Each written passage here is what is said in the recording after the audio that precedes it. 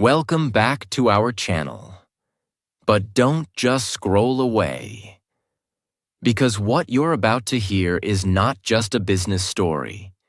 This is a life story. A story of a boy who grew up in pain, who watched his father suffer, who lived in broken apartments and walked through life feeling invisible. And yet, he went on to build one of the most loved brands on earth. Not just a coffee shop, but a brand that changed how the world starts its day. And no, he wasn't born rich. No, he didn't have connections. No, he didn't even found the company he would one day transform. He was laughed at, rejected, and told, "No one will ever pay $3 for a cup of coffee." He heard no not once, not 10 times, but 217 times. And still, he did it. His name is Howard Schultz. And this is the story of how he turned a painful childhood into a billion-dollar brand. How he transformed coffee into culture. And how rejection became the fuel that made him unstoppable. And yes, while you listen, you're also improving your English. Because we use clear, emotional, beginner-friendly storytelling that helps you learn new words, real-life lessons, and become fluent through stories. So grab your coffee, or your dreams, because this isn't just a story you'll remember. This is a story that might change your life. Part 1. The Boy Who Grew Up in Japan. Brooklyn, New York, 1953. Howard Schultz was born into a world where dreams were small, because life was hard.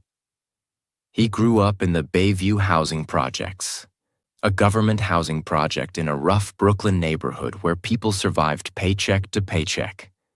His father was a delivery driver, no big job, no stability, no health insurance. One day he slipped on ice and injured his hip badly. And you know what happened? Nothing. No medical help, no compensation, no support, no voice. Howard watched his father, a strong man, become broken and hopeless overnight. He watched him sit on the couch, jobless, depressed, and filled with shame. There was no one to help, no one to care. Howard would later say, "That moment changed me. I saw what it meant to be a number, not a person.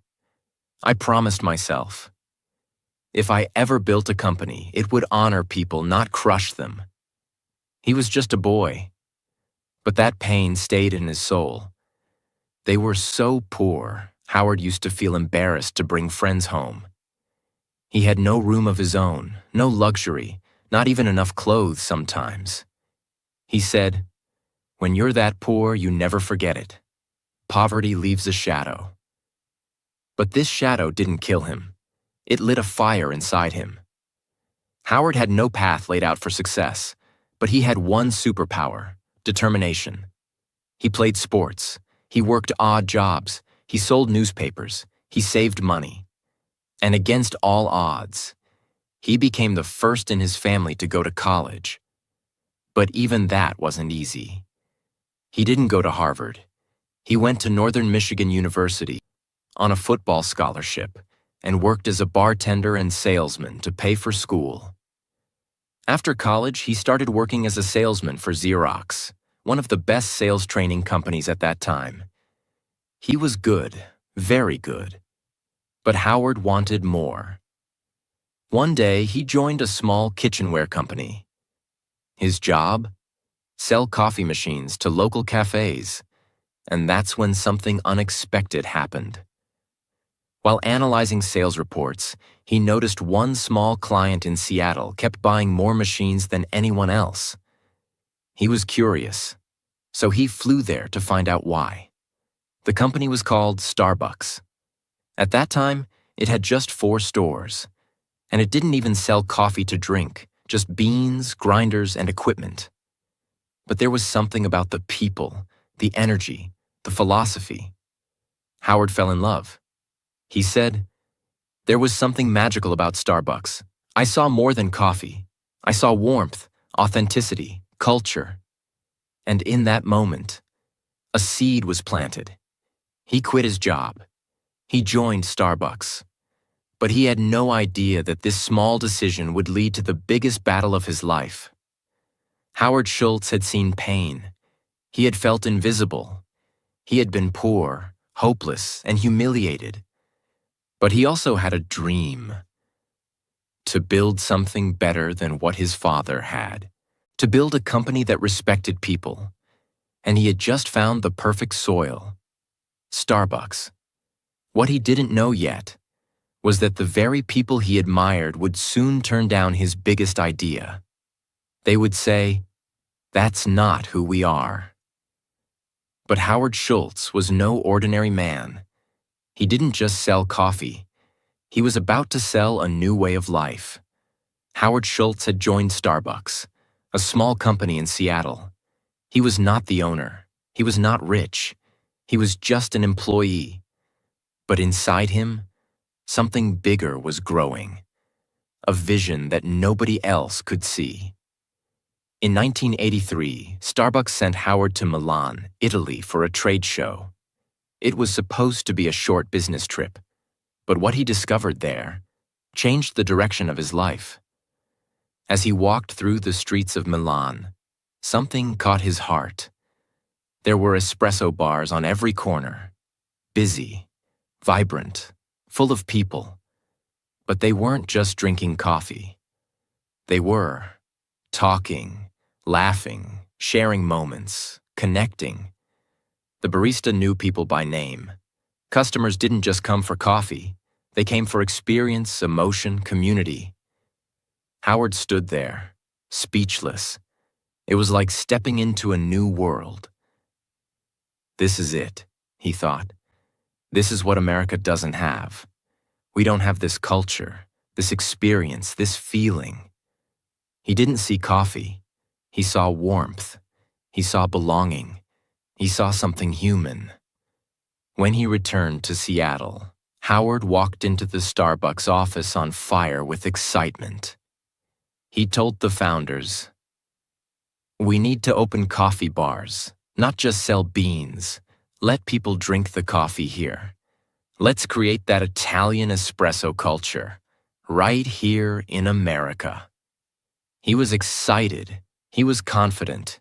He was ready to build something new. But then came the answer that broke him. The founders of Starbucks, Jerry Baldwin, Zev Siegel, and Gordon Bowker, listened quietly. Then they said, "No, that's not who we are. We sell coffee beans, not serve drinks." They didn't believe Americans would ever go for it. They thought people wouldn't pay $2 or $3 for a cup of coffee. They thought it was too risky, too strange. Howard was stunned. This was his moment, his dream, his mission, and it was crushed.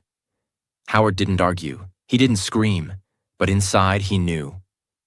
If they won't do it, I have to do it myself. And so, with nothing but belief, Howard made the biggest decision of his life.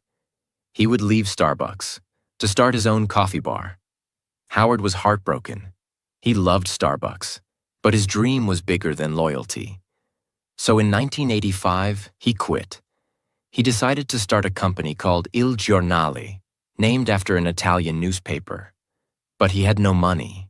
He had to raise funds to start. Howard believed in his idea. He thought investors would too. But what happened? Rejection. After rejection. After rejection. He would walk into meetings full of passion and walk out with closed doors. Americans won't pay $3 for coffee. You're not Italian. This won't work here. You're dreaming too big.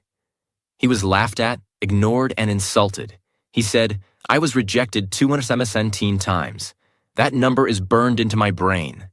But he kept going, day after day, meeting after meeting, pitch after pitch, until finally, 30 investors said yes. He raised $400,000. And in 1986, opened his first coffee bar in Seattle. It wasn't just a coffee shop. It was a love letter to Italy. Howard made sure everything felt different. Italian music played softly in the background. Baristas remembered your name. You didn't just buy coffee. You had an experience. And guess what? People loved it. They didn't care that it was new. They didn't care about the price. They came for the feeling. Il Giornale became an instant hit. Howard proved them wrong. While Il Giornale was booming, something unexpected happened. The founders of Starbucks, the very people who said no, decided to sell the company. They were moving on. Starbucks was too small for them now. Howard saw a chance, a big one, a dangerous one. A dream that had once been denied to him was now up for sale. But there was a problem. In 1987, Howard found out the price. To buy Starbucks, he needed $3.8 million. That's about $10 million today. And Howard didn't have that kind of money. He was still small, still building. But this wasn't just a business move for him. This was personal. This was his dream. So once again, he went back into battle. He talked to every investor he could find. He begged, he pitched, he cried. He told them, "This is not just a coffee company. This is my life's purpose." Finally, after weeks of effort, he raised the money. And in August 1987, at age 34, Howard Schultz bought Starbucks for $3.8 million, and he didn't just buy the company. He bought back his vision. Part 2. The coffee that became a culture. It was 1987. Howard had just bought Starbucks, but what did he actually buy? It wasn't a global brand. It wasn't profitable. It wasn't even a proper cafe. All it had was 6 stores, a small roasting plant, a confused brand identity, and a few dozen employees. The company did not serve coffee to drink. It only sold coffee beans, machines, and accessories. There were no lattes, no cappuccinos, no frappuccinos, and no music. Nothing you recognize today existed yet. Howard had a mountain to climb. Howard didn't just want to own Starbucks, he wanted to reinvent it. His mission was clear. Starbucks will not just sell coffee, it will sell an experience, a feeling, a third place between work and home. So he got to work. Howard had 3 key principles. 1. Create a human connection. Customers should feel seen, valued, and respected. 2. Design stores with emotion. Each store would be warm, inviting, with soft lighting, music, and a unique smell. 3. Make every cup feel personal. The baristas would remember names, smile, and make you feel like family. He didn't want to sell fast coffee. He wanted to build ritual, emotion, and community, just like he saw in Italy. Howard focused on tiny things that other businesses ignored. The smell inside the store. Never let food overpower the smell of coffee. The music. Every Starbucks had curated playlists to match the mood. The seating. Cozy, not cramped. The counters, designed so baristas and customers could talk comfortably. The lighting, always soft, never harsh. The names on cups, to make every customer feel special. And most importantly, the person behind the counter is not just making coffee. They are creating warmth. Howard believed the employees were the heart of the brand. He didn't call them staff or workers. He called them partners. Even part-time baristas were given. Healthcare benefits, stock options, training not just for skill, but for soul. This was revolutionary in America, especially for a coffee shop. Howard said, "If we treat our people well, they will treat our customers well, and everything will take care of itself." He made sure baristas looked customers in the eye, smiled, asked how your day was, remembered regulars. In Starbucks, you were not a number. You were a name, a person, a story. In 1987, after Howard took over, Starbucks had just 6 stores. No national presence, a huge vision but very little profit. Over the next 5 years, he grew Starbucks to 165 stores, across cities like Chicago, Vancouver, and New York. But this growth wasn't random. Every location was carefully picked. Every store was designed to create community, not just sell coffee. Howard refused to franchise the stores. Why? Because he wanted to protect the experience. He said, "I want to control the quality, the emotion, the feeling. That can't be outsourced." Before Starbucks, most Americans had never heard of espresso, latte, cappuccino, macchiato, frappuccino. Howard made these words part of everyday life. He trained his staff and customers to learn them, patiently and respectfully. And slowly, the culture changed. People didn't just say coffee, they said, "Can I get a tall vanilla latte with soy milk?" Starbucks didn't just sell drinks. It educated, uplifted, and reshaped how people thought about their daily routine. Howard knew the power of branding. He didn't want just a good cup of coffee. He wanted customers to feel proud holding a Starbucks cup. So they invested heavily in clean, minimalist logo design, high-quality cup materials, consistent green and white branding, a sense of premium experience. Very soon, holding a Starbucks cup became a statement. I'm successful. I have taste. I take care of myself. This is my time. Howard realized something deep. People aren't just buying coffee. They're buying a moment of peace, a sense of belonging, a way to feel seen. And that's exactly what he gave them. For a few dollars, 3, 4, 5, people didn't just get a drink. They got a cozy seat, calm music, friendly conversation, a small break from the chaos of life. And that was priceless. By the early 1990s, Starbucks had expanded to several major U.S. cities. It was earning millions in revenue. Customer loyalty was extremely high. The brand was now seen as modern, classy, and cool. People went to Starbucks to read, to write, to have meetings, to fall in love, to take a break, to feel human. By the early 1990s, Starbucks was no longer just a Seattle brand. It had become a national sensation.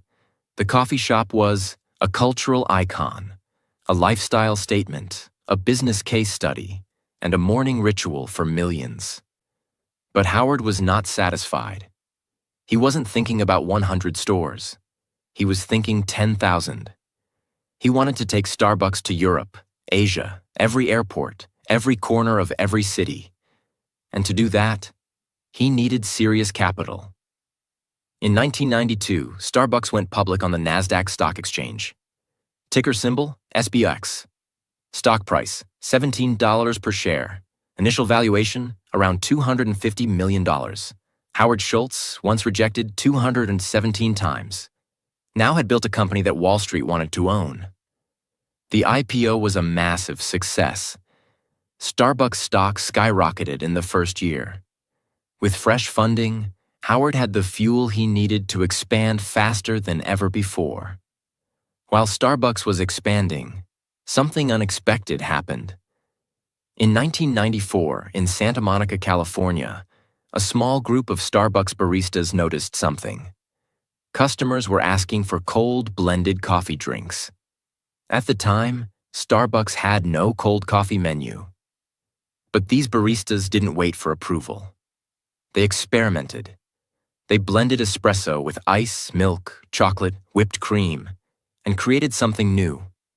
When Howard found out, he didn't punish them. He didn't say, "That's not in the manual." Instead, he tasted the drink and smiled. "This is brilliant," he said. "We're launching it nationwide." In 1995, Starbucks officially launched the Frappuccino. It became an instant sensation, especially with younger customers. In its first full year, Frappuccino generated over $50 million in revenue. It wasn't part of the original plan. but it became one of Starbucks' most successful products of all time. With momentum building in the US, Howard now looked beyond American borders. His first international target? Tokyo, Japan. Why Japan? Because Japanese culture respected ritual, precision, and aesthetics. They had a growing interest in Western lifestyle. It was the perfect mix of tradition and modernism. In 1996, Starbucks opened its first store outside the US, in Tokyo. And guess what? It was an overwhelming success. People stood in lines. It became a fashion statement, and it set the tone for future global expansion. After Japan came, UK, China, Singapore, South Korea, United Arab Emirates, Germany, and dozens more. By the end of the 1990s, Starbucks was in over 20 countries. As Starbucks grew, so did the numbers. By 1997, 1,400 stores. By 1999, 2,500 plus stores. Annual revenue, over $1 billion. Howard's net worth, over $100 million. But along with success came new challenges. When you grow from one store to 2,500 in a few years, quality control becomes a nightmare. Some problems started to appear. Inconsistency. Some stores felt warm and personal. Others felt cold and robotic. Overcrowding. Stores became too busy. People complained about long lines and noise. Overstandardization. The same colors, music, and design began to feel too corporate. Howard felt uneasy. I didn't want to build McDonald's. I wanted to build something meaningful. But now Wall Street was involved. Shareholders wanted faster growth, more stores, higher profits. Howard was now in a tug of war, between vision and velocity, between purpose and pressure, between soul and scale. At this point, Howard Schultz was not just a CEO. He was managing thousands of employees, overseeing global expansion, dealing with investors, protecting company culture. He was exhausted. In 2000, after building Starbucks for nearly 20 years, Howard made a shocking announcement. He was stepping down as CEO. Howard said, "I've taken the company as far as I can. Now it's time for someone else to take it higher." He stayed as chairman, but gave day-to-day leadership to Orrin Smith and later Jim Donald. The new leaders focused more on growth, stock prices, and systems. And at first, it worked.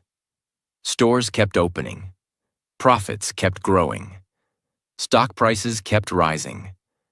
But something else was growing too. Disconnection. Howard would later say, "I walked into some stores, and I didn't recognize them.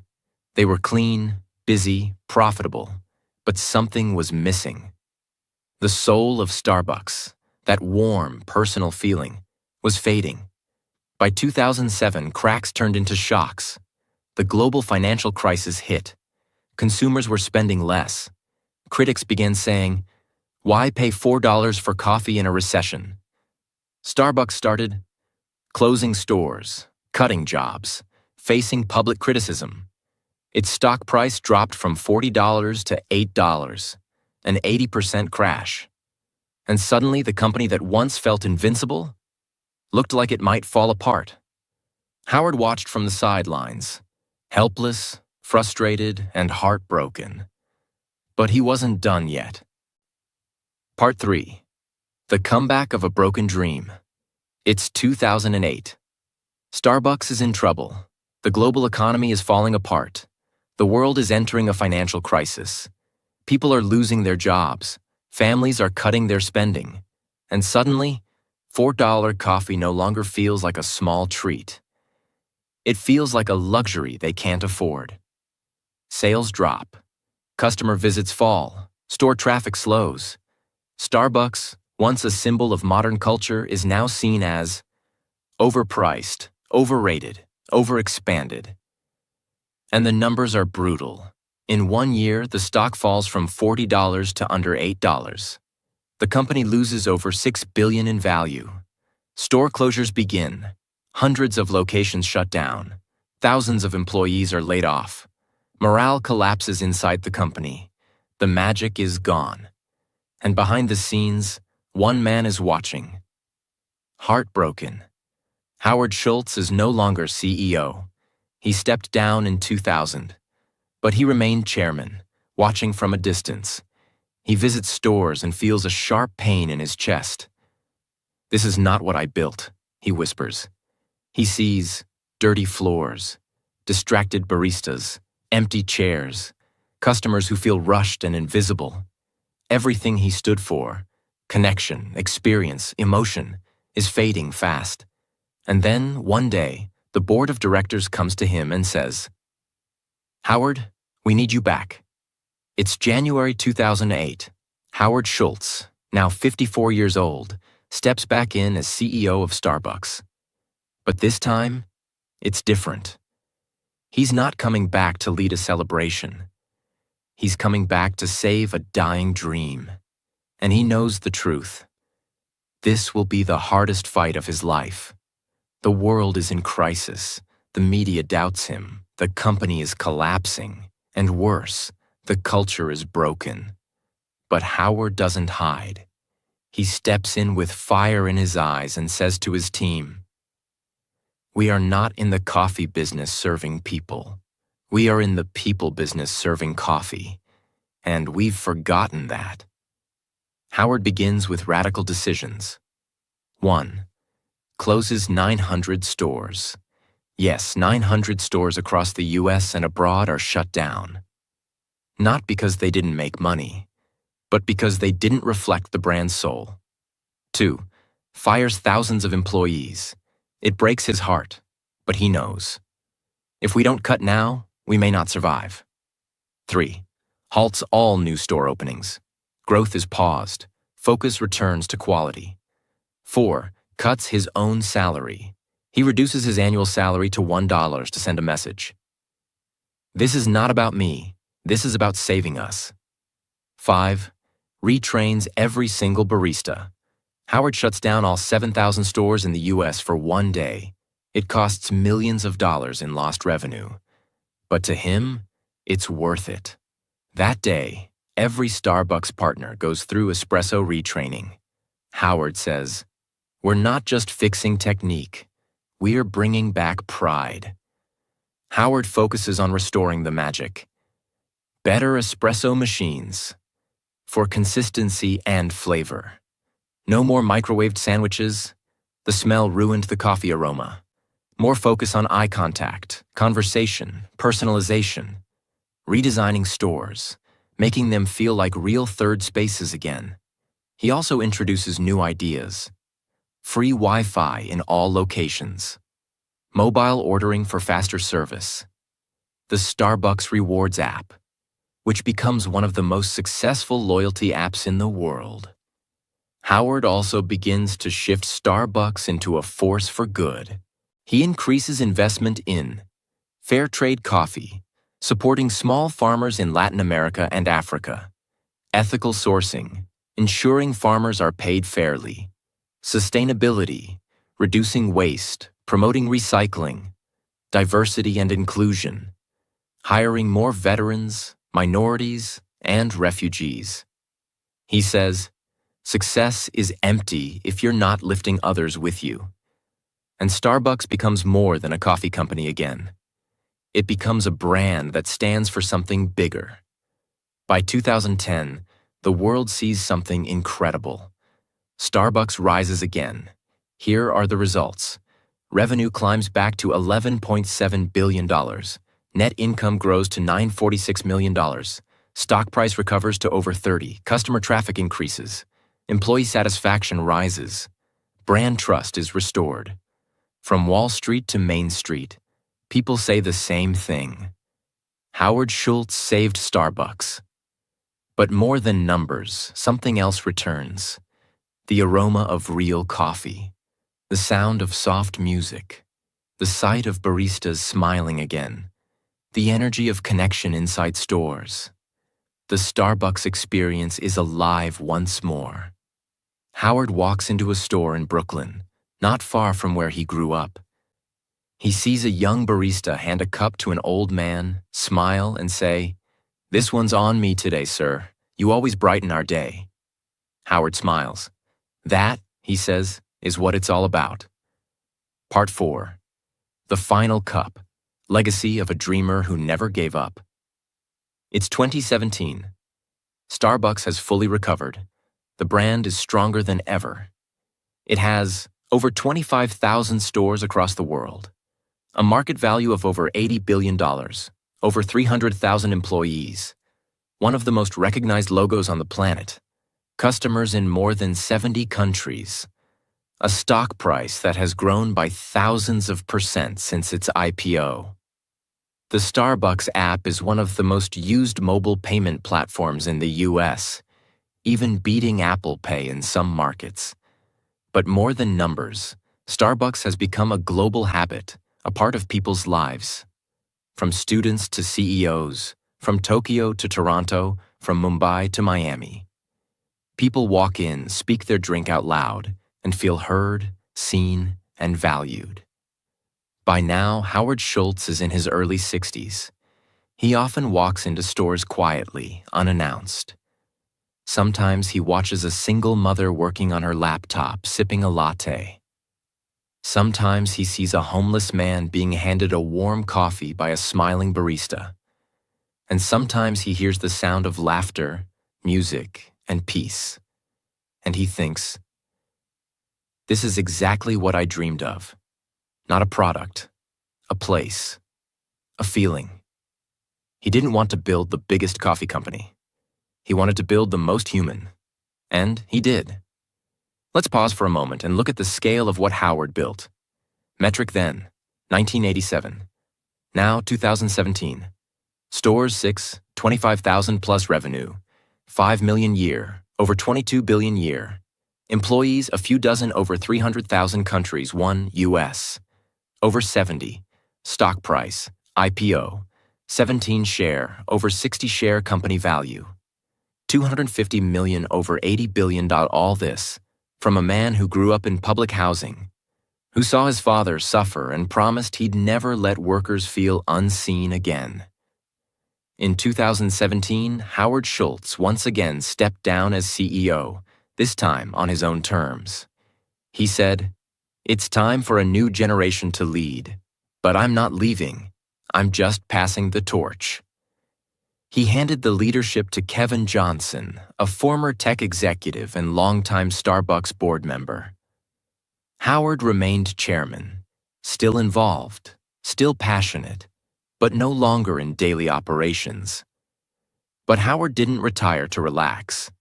Instead, he turned his energy toward social impact, human rights, veteran employment, helping underserved communities, fixing the American dream.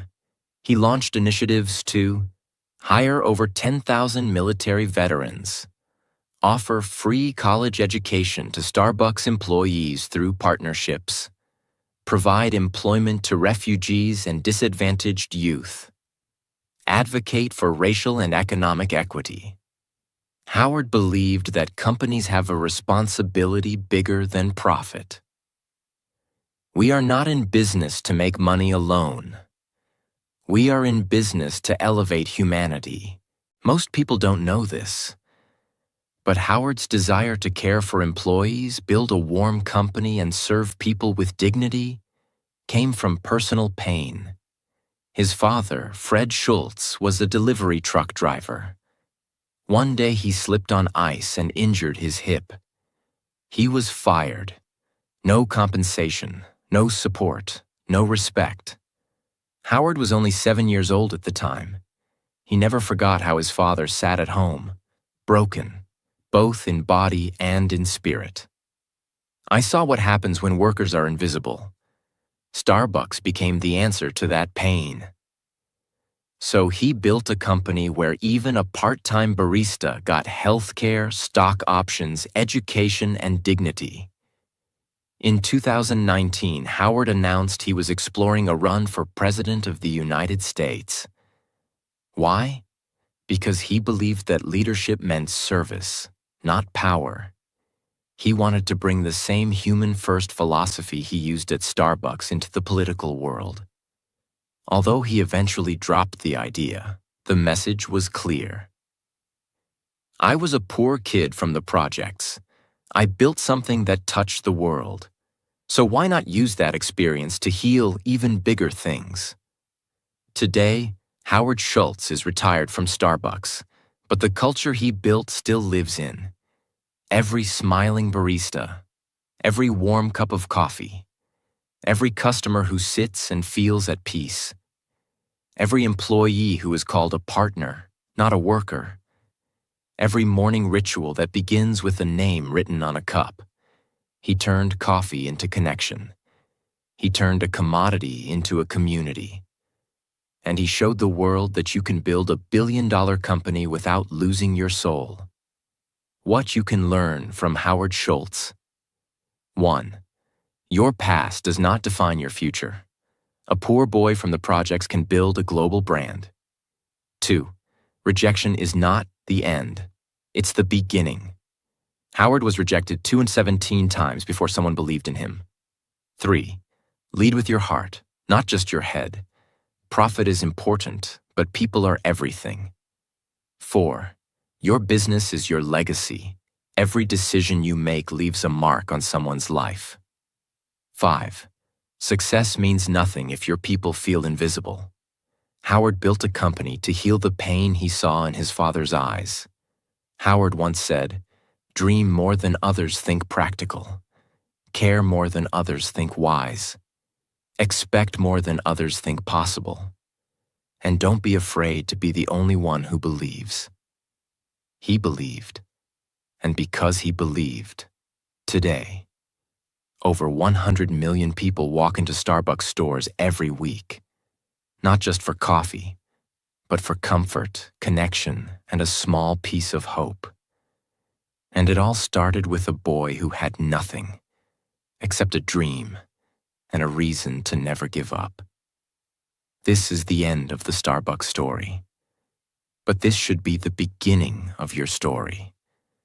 Maybe you have no money. Maybe your family never believed in you. Maybe you feel invisible. But remember this: if Howard Schultz could do it, so can you. Don't wait for permission. Don't wait for comfort. Don't wait for the world to clap. Start now. Build. Believe. Begin. Because your dream matters. And one more thing. This story wasn't just about coffee. It was about life, leadership, love, and legacy. It was told in simple English so that anyone, anywhere in the world, can understand it and feel inspired.